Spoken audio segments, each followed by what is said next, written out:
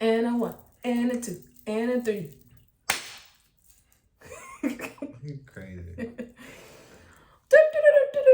Yo, what's up, y'all? It's Confessions of a Reserved Girl, but I ain't reserved anymore. Nope. All right, so this video is long overdue, and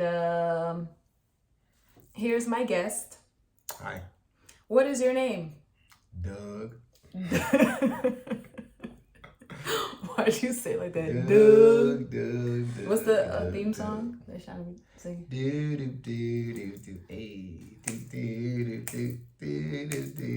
Hey. All right, I'm not trying to make this a long video. Anyways, so we're finally making this video. Well, I'm finally making this video to give you guys a little bit of an update as far as how'd you get engaged in a matter of months? Like, what are you talking about? How did this happen? So we're gonna share our story, a little bit of our story, the basics of our stories, like the meat of it. We're gonna try to condense it so it's not like the lengthy thing. So yeah. In the beginning, God created.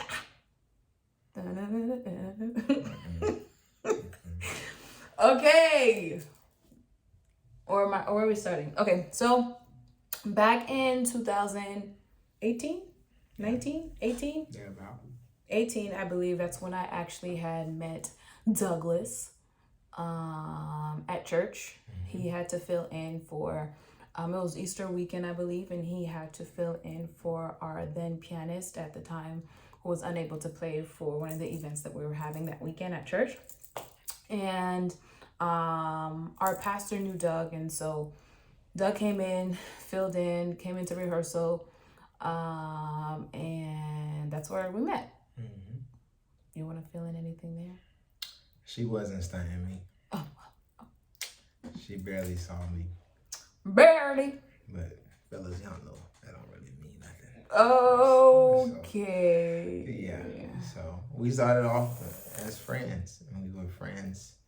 And we continued to be friends all the way through 2020 is when we started getting closer. Yeah, sure. Like closer as friends, yes. Yeah. So one thing I will say about that weekend that I had met Doug, our pastor had asked me, like, what do I think about, like, Doug? And I was like, what are you talking about? You talking about the man with the ring on his finger? Because at the time, Doug did have a ring on his finger. True. But he was not married. True. He was in a relationship, but he was not married. True. So for me, like, regardless of whether he had a ring on his finger or not, I actually just wasn't interested. I wasn't checking for him. So I told my pastor, I was like, what? No. I was like, first of all, he got a ring on his finger, and just no. I was reserved. But you weren't, though, because you were in a relationship. Joke's on you. Tried it. Anyways, where we at? Okay, so now we're friends. We just continue to be friends. He would invite me and our other mutual friend, my little sis, out to like poetry stuff, music, band stuff. Okay. And we'll just go out, hang, and that was pretty much the bulk of our friendship. Fast forward to 2020. We started to grow closer as friends. Like, Doug just randomly was just like, yo, like, let's hang out, and for me, I was like, what you want to hang out with me for? But okay, whatever. So I'd go and hang out with him. I kind of just saw him, I always saw him as a friend, like a really good friend. We always had great conversations. Our conversations are always super deep, like unnecessarily deep, but dope. So she was curving me, let's be honest. Even as a friend, and I was genuinely trying to be a friend, but you know, a lot of guys play the friend card and they have other intentions, so I understand. But you know, I was persistent, but not like in an annoying way. So eventually we started hanging out, and the conversations were always amazing. Even after a pandemic, we started getting together, and so fast forward to 2021. Okay, yeah. You had ended that relationship that you're in, and I was just being a friend. Like, he was kind of going through it or whatever, and I just was there for him as he needed to vent. She was really there though. So like critical moments, she as a friend challenged me in ways that a real friend should. Like you should be able to have hard conversations, and I mean even in terms of my relationship, like she asked me some really tough questions, and um, it wasn't hard. It wasn't easy to hear and to deal with, but she was a really really awesome friend. In the midst of all of that, I remember like thinking to myself and to God and telling a couple of my other girlfriends like, yo, like I don't know what's going on, but Doug is not it, and I just need to make sure that he stays in the friend box and keep it that way. Like I understand we chopping it up, having a great time, but no, like you ain't the one, kid. So like stay in your lane. One specific night, I had nothing to do that night. It was like a Saturday night, I think, and I was fighting to make plans. I had left my house, went to my friend's house. She wasn't home, and so I sat in front of her car, and then I sat in front of her house in my car, and then Doug called me, and then he's kind of like updating me on what has been going on with him or whatever, and I'm listening, and I'm just like, I don't want to hang out with this guy right now. I feel like he's gonna ask me what I'm doing, and I'm gonna be like, oh, nothing. He gonna be like, yo, pull up or let's go. And I just do not want to hang out with him right now. I just don't. So I'm texting all my friends like, what you doing? And so finally one of my friends is like, oh, we just at the crib, come through if you want to. I bet. So I go, I'm on my way to her house. So I was like, oh no, I'm gonna hang out with her. He's like, you got plans? I was like, yeah, I'm just gonna go hang out with my friend. And we hang up, and he calls me back or texts me, or no, he just says, no, you're on the phone. And you're like, yo, I just really don't want to be alone right now. And I'm just like, I feel terrible. I feel like a terrible friend, because here I am trying to avoid him, and he doesn't want to be alone. Like he's feeling like crap. And I'm just like, oh God. I'm like, oh, why didn't you just tell me? Knowing deep down inside, I'm like dying. Like, no, I didn't want you to tell me, because I didn't want to hang with you. And he was just like, Angie, like, just come over. Like, cancel your plans and come over. And I was like, yep. Come over? Just like that. And he was like, yeah, just come over. Just cancel your plans and come over. And I was like, oh. So I'm like, all right, Ben, let me go ahead and cancel my plans. So get off the phone with him. I'm texting my girls, and I'm just like, yo, I'm so upset. I don't know what's going on right now. I don't know what God is doing. I don't want Doug. Doug ain't the one. He got me going to this man's house, and I was just so mad. I got there. I probably got there in like 5 minutes, because I wasn't far. Parked, and I had a stern conversation with God. I was like, yo, I don't know what you're doing, but this ain't it. He ain't it. So I'm gonna go in here, but I'm gonna need you to help me, because I know he's gonna fall in love with me, and I don't want him to fall in love with me, and he's just not it. Fast forward, we go inside.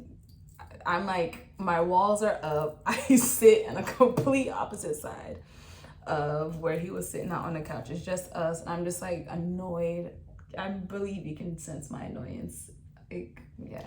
It wasn't, I mean, but she was struggling more internally than she was externally, because we were talking, and I needed a friend, and she was being that. And so again, shout out to her for having the strength to struggle but be present, you know. And that night, fast forward again, she told me not to fall in love with her. Don't you dare fall in love with me. But I told her that wasn't possible. Like, it's not reasonable. I finessed it, truthfully. You did, but what you did say, you were like, I respect you more than I love you. Facts. So I wouldn't do anything to jeopardize our friendship. And I was like, okay. Facts. Okay. Facts. And then fast forward, my birthday weekend. Mm-hmm. So I'm planning my 30th shebang bang birthday, and Doug is also a DJ, so I just had him do all that, and so it was lit.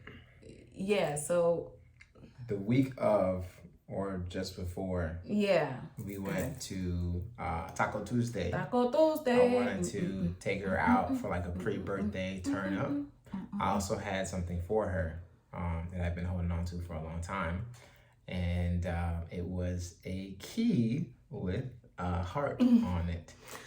So this key was very significant for me because earlier that year, maybe even the year before in 2020, I was working on a logo for Confessions of a Reserved Girl. It's because I wanted to create t-shirts, and I was gonna have like a heart with like a key fob and the key next to it or something like that.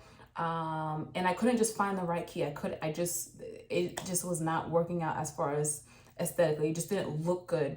And I remember like kind of being down, but then I remember hearing God say, "Your husband will have the key." And I was like, okay, well that's a cute message, but I still want a key to be on a t-shirt. And I just, as I'm hearing your husband will have the key, I thought he was telling me that that's what I can tell people where then, there's a heart, there's a key fob, but no key. It's like, okay, well, your husband will have the key and da da da da. But, okay, so I just obviously let it go. I ain't come out with no t-shirts, obviously. And I forgot about it until My God. we had Taco Tuesday, and this man was like, oh yeah, I've had this for you for some time, and I just keep forgetting to give it to you, but I put it in my car, and gives me and immediately the moment I see the key, like God brings back to my memory, your husband will have the key. And I'm like, no. I was like, thanks. Yeah. So More denial. Yeah. Continued denial, continued fighting. Now it's my birthday party. My birthday party was on the 5th. My birthday is actually on the 6th, March 6th. We had the party on the 5th, and Doug pretty much took care of everything. Like he was over all of the music that has going on because I had a band play at my party. He was like, whenever somebody dropped the ball, if something was going on, or if I was stressed about something, I'd be like, yo, can you do this? Yo, can you do that? Can you do that? He'd be like, yo, got it. Like, you're supposed to be relaxed. You're supposed to be, just don't do anything on your birthday, like the day of your party. Like, you're good. And so, sure enough, I had an amazing time. You guys saw the highlights. It was absolutely amazing. He played the sax for me. We had a great time. Yeah. And I just wanted to be there for her. Yeah. That was the whole thing. But Saturday came, and that's when things started to take a turn for the better. Right. So Saturday I had rented out an Airbnb because I had a lot of friends and family that came from Maryland down south to celebrate my 30th. So I had a game night, we had food, drinks. It was just like a lot of fun. And Doug came just to kind of hang and chill with us, game night, whatever. And towards the end of the night, we're dropping off my cousin to his hotel, and Doug's riding with me because he's like, he doesn't want me to be by myself. He's riding, he's riding with me. He rides back with me. People who were staying in the Airbnb with me, they were knocked out, and he was like, yo, you going to sleep? And I was like, well, I'm chilling. If you want to chill, we can hang, whatever, cool, no problem. So he's sitting on the couch, and then he tells me that he's sharing videos and stuff from the previous night from the party with me. And the whole time, this is probably the closest we've ever sat, ever, on the couch, probably just ever. Yeah. And he's just talking, he's on his phone, he's like, oh yeah, da-da-da, so let me show you, da-da-da-da. And I all I hear is hold his hand. I'm like, no, this is so weird. Why do I feel like I need to hold his hand? I'm not holding this man's hand. Oh, and he's talking and he's scrolling, he's going. And I'm like, no, I'm not holding his hand. I'm not. And so after all the denial, I couldn't shake the feeling that I should hold his hand. So I literally was like, yo, hold my hand real quick. He was like, yeah. And then he held my hand, and immediately, I promise you, that's the weirdest thing. I felt like it was this superpower rush that came over me, and it's God literally opened my eyes and showed me stop playing games. And I was just like, yo, do you feel that? Literally like that. And he's just like, Angie, this has been us. This is us. Yeah, so it all opened up. So for her, it was a moment of reveal and exposure. But for me, I had been there, right? I had been there. But like I said before, I respect her more than I love her. So I wasn't going to allow myself as a man to, though I may feel something, I don't think that gives us a right to just impose our feelings on any person, right? You man up, put your feelings in check, and do what you got to do. So that night, it was all out. It was all out there. I poured my heart to her. I let her know exactly how I felt and what my intentions were. And for me, I was ready to get married, so I wasn't You know, I was 29, about to turn 30. She had just turned 30. Like, I had been ready to get married for some time. I just hadn't found my partner, my help. So I knew that God was speaking in that moment, and I took it on faith, and I told her exactly how I felt. And then there was the next week. Back to you. So yeah, I was dumbfounded because this man literally was just like, yo, I love you. I am in love with you. I will marry you today. You can move in today. I don't care about anybody else, nothing else. Like, what's up? We gonna do this? Would you do it? What's up? I'm gonna say.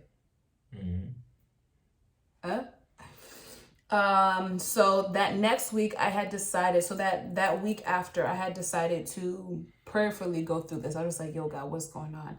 I wanted to spend time and think and pray and get guidance from God to see, like, yo, is this really happening? Is this who you really have for me? And I also wanted to be sure that I'm moving forward and not. I'm moving forward, like, truthfully with my whole heart and not holding on to like anyone or anything in the past. And I just wanted to be sure that I was good. Honestly, like, I had never seen Doug as my man, as a boyfriend, as anything. You know, I wasn't attracted to him. I was just like, I don't even know if this could work. I ain't. So, but that week, I actually purposely gave him a chance. Like, we spoke more often. We hung out pretty much every day. And then on Friday, I remember thinking to myself that I would most likely not go this route as far as with Doug. I remember thinking that I was going to fight for something else. And that night, Friday night, Doug, like, we had a Bible study with some friends. And then after they left, we were hanging out by the pool, kind of just chilling. And Doug says to me, he was just like, yo, I'm fighting for you. Like, I don't know about nobody else. I don't care about nobody else. If nobody else can see, like, who you are and how amazing you are, I want you to know that I'm fighting for you. And I'm not letting up, like, all gas, no brakes, like, seriously. And I was just like, hey, this man over here fighting for me, and I'm sitting here trying to fight for what? Like, Angela, it's not bad of it. And we went back inside. We talked some more, cracked some jokes, watched movies. I fell asleep, woke up. It was like 3:00 in the morning. I'm like, yo, I thought I just closed my eyes for 20 minutes. He was like, nah, you were gone. I was like, okay. Woke up back again. It was like 5 something. I was like, oh my gosh, I can't believe it's 5 something. Like, da-da-da. He was like, yo, just knock out on my bed. I'll sleep on the couch. You good. And when I woke up the next morning, I felt complete peace. I felt like I was home. I felt like I belonged there. I felt like this was just my person. And I remember thinking, I was like, God, like, what's going on here? And I went home, I showered, and I was just at peace. And I didn't feel no guilt, like, oh my gosh, I just slipped over another man's house. Oh, even though obviously nothing happened, but I just felt at peace. So we went to brunch. I went home, I showered, we went to brunch, and just being there with him and talking and laughing and just being, honestly. I think that's when I had made my decision. I was like, honestly, I think I know. Like, I choose you. I want to be with you. Let's be together. Yeah. So yeah, the official, like, proposal happened sometime later. Yeah. But that was pretty much how it started. Yeah. You know, that's how, and here we are. In the beginning. Oh, wow. In the beginning. In the beginning. If you know what I'm talking about, you know what I'm talking about. You know what I'm talking about, right? Yeah. Okay. Just making sure. All right, so that's our story. I just want to encourage those who are reserved, single, trusting in the Lord, continue to trust and wait on God. His timing is perfect. I've heard so many times, like, there are certain things you're supposed to do, things you're supposed to not do before you get married. Like, yes, you won't know that you're prepared until you realize that you're prepared for it, because God sends it. And truthfully, for me, I didn't know that I was prepared for it until probably, what was it, last week? I actually read in my journal, I was rereading some of my journal entries, and a little bit before everything transpired between Doug and I was thanking God and praising God for my restoration, for my healing, for my release, for like, I was just so happy. I was just so thankful. I was so grateful for the place that I was in. I lacked nothing. And I said that in my journal. I was just like, yo, you are everything to me. I'm so happy. I didn't ask God for my husband. I didn't ask for anything. I was literally 100% happy, thrilled, beyond content.